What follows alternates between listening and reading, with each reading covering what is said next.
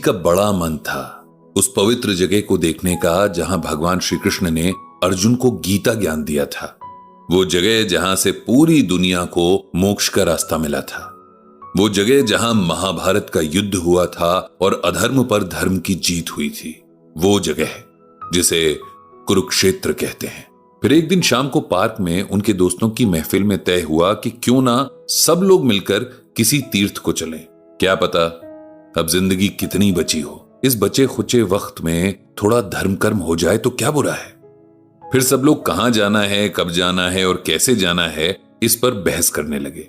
सबने अपने अपने ऑप्शंस दिए और पंडित जी ने कहा कि वो कुरुक्षेत्र जाना चाहते हैं। सबको हर तरह से कुरुक्षेत्र का ही आइडिया पसंद आया, क्योंकि उनके शहर से न तो बहुत दूर था, मौसम भी दोनों जगह का एक जैसा ही था और खर्च भी बहुत कम लगना था। जब सब फाइनल हो गया तब पंडित जी ने अपने बेटे से कहकर सबके जाने आने ठहरने का अरेंजमेंट करवा दिया। सरला जी भी बहुत खुश थीं। आखिर बहुत दिन बाद कहीं घूमने का मौका जो मिल रहा था। पंडित जी के बेटे ने किसी अच्छी टूर एंड ट्रैवल कंपनी की पूरी बस बुक कर दी। ड्राइवर और कंडक्टर को मिलकर 15 लोग हो गए। सुबह करीब 5 बजे उनकी बस कुरुक्षेत्र के लिए रवाना हो गई। पंडित जी बहुत खुश थे कि उन्हें गीता की पावन भूमि को देखने, उसकी मिट्टी को छूने का मौका मिलेगा। सब लोग हंसी मजाक करते गाते हुए आगे बढ़ रहे थे। महिलाओं ने भजन गाना शुरू किया तो उनके हस्बैंड्स ने भी उसमें सुर मिलाना शुरू कर दिया। कुल मिलाकर बहुत खुशी का माहौल बन गया था। एक जगह खाने पीने के लिए बस रोकी गई। सब लोग उतर गए और फ्रेश होकर खाने का अरेंजमेंट देखने लगे। पंडित जी एक चेयर पर बैठ गए। तभी उनके पास बस का ड्राइवर आकर बैठ गया।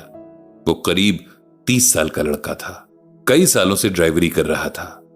थोड़ा बहुत पढ़ा लिखा भी था। कैसे हो बेटा? पंडित जी ने पूछा। ठीक हूं अंकल, उसने बहुत प्यार से जवाब दिया।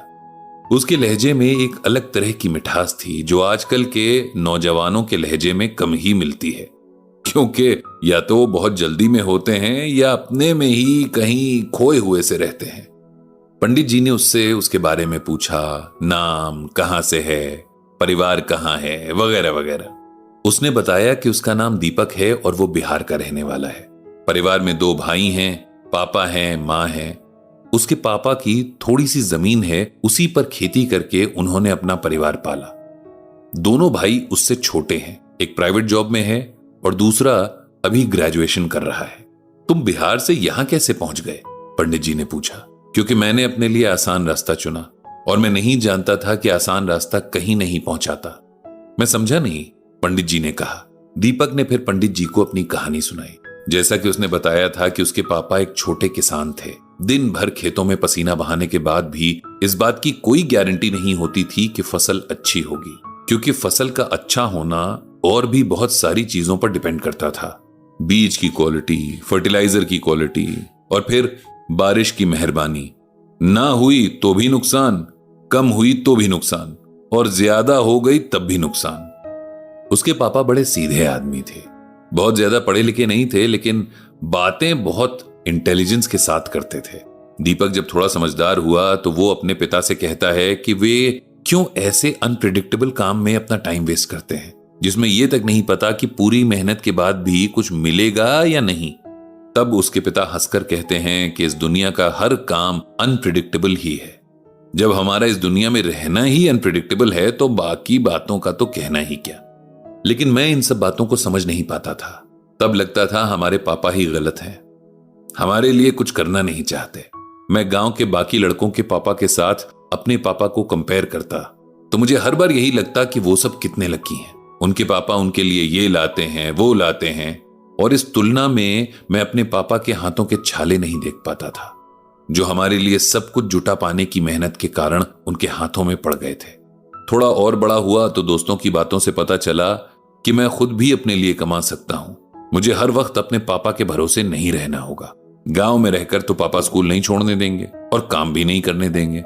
इसीलिए मैंने और मेरे एक दोस्त ने घर से भाग जाने का प्लान बनाया। हम दोनों गांव से बाहर शहर तक बस 2 ही 3 बार गए थे। हमें अंदाजा नहीं था कि शहर की चमचमाती बिजलियों और लाइटों के पीछे अंधेरी काली सच्चाइयां हैं। ये तब तक नहीं दिखती जब तक हम इन लाइट्स के पीछे न झांकें। बहुत प्लानिंग के बाद मैंने और मेरे दोस्त ने, जिसका नाम सुशील था, हमने तय किया कि हम शहर जाकर अपने लिए काम ढूंढेंगे। उस वक्त हमारी उम्र 11 या 12 साल की रही होगी। हम घंटों बैठकर प्लान बनाते कि शहर में काम करके जब खूब पैसे जमा कर लेंगे तब बढ़िया कपड़े पहनकर सबके लिए उपहार लेकर गांव आएंगे तो सब हमसे कितने इंप्रेस हो जाएंगे। फिर एक दिन हम 2 जोड़ी कपड़े और बहुत थोड़े से पैसे जो हमारे घर पर थे उन्हें चुराकर शहर भाग गए। 2 बच्चे जिनके पास न रहने का कोई ठिकाना था न खाने के पैसे, वो एक बड़े शहर में कहां जाते। हमने बहुत मुश्किल से एक धर्मशाला ढूंढी, लेकिन उसमें भी हमें घुसने नहीं दिया गया क्योंकि वहां के मैनेजर को हम शक्ल से ही बदमाश नजर आए थे। इस तरह हमारी रातें फुटपाथ पर बीतती रहीं। दिन भर हम काम तलाशते, कभी ढाबों तो कभी दुकानों में उनके मालिकों की झाड़ खाते रहते। खाने पीने तक के लाले पड़ गए थे। फिर एक दिन एक बस मालिक ने हमें अपनी बस को साफ करने का काम दिया। बदले में उसने हमें भरपेट खाना खिलाया। वो एक बहुत अच्छा इंसान था। उसने पूछा कि हम कहां के हैं, हमारे परिवार कहां है। जब हमने उसे बताया तो उसने हमें कहा कि वो हमारे गांव की बस में हमें बैठा देगा।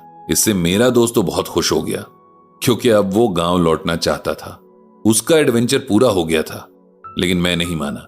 मुझे अपने किए पर बहुत पछतावा था। मैंने उस बस मालिक से रिक्वेस्ट की कि वो मुझे अपने साथ ही रख ले। उसने मेरी रिक्वेस्ट मान ली और तब से मैं उसके साथ ही रहा, शहर शहर भटकता हुआ, बिना किसी उद्देश्य के। ऐसा नहीं है कि मुझे अपने घर और परिवार की याद नहीं आती, लेकिन मेरी शर्मिंदगी ने मुझे कभी उनसे कांटेक्ट नहीं करने दिया।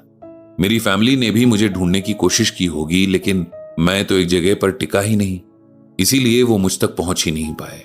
मेरा दोस्त सुनील मेरे टच में है, लेकिन मैंने उसे कसम दी है कि मेरे घर वालों को मेरा पता नहीं बताएगा। उसी से मुझे पता चला कि मेरे भाई क्या कर रहे हैं। अब मैं दिन रात पछतावे की आग में जल रहा हूं। मुझे ठीक से नींद भी नहीं आती।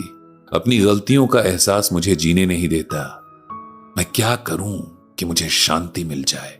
पंडित जी ने दीपक की कहानी बड़े ध्यान से सुनी और फिर बहुत प्यार से उसे समझाया कि जो कुछ उसने किया उसमें उसकी गलती नहीं थी।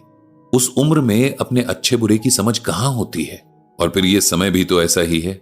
कलयुग के बारे में तो भगवान श्री कृष्ण ने भी गीता में कहा है कि दूरे वार्ययनम तीर्थम लावण्यम केश धारणम उदरम भरता स्वार्थ सत्यएव धार्ष्ट्यमेव ही। इस श्लोक का अर्थ यह है कि कलयुग में लोग दूर के नदी और तालाबों को तो तीर्थ मानेंगे, लेकिन अपने पास रह रहे माता पिता की निंदा करेंगे। इसके अलावा सिर पर बड़े बड़े बाल रखना ही सुंदरता मानी जाएगी और केवल पेट भरना ही लोगों का मकसद होगा। इंसान पर समय और समाज का बहुत असर पड़ता है।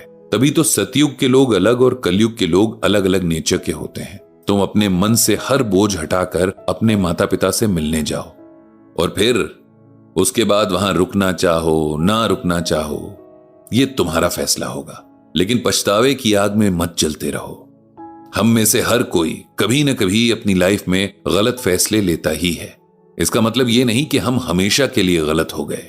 हर किसी को अपनी गलती सुधारने और माफी मांगकर आगे बढ़ने का हक है। दीपक ने पंडित जी की बात ध्यान से सुनी और फैसला किया कि वो अपने माँ बाप से मिलने जरूर जाएगा। पंडित जी ने भगवान श्री कृष्ण से सबको सद्बुद्धि देने की प्रार्थना की।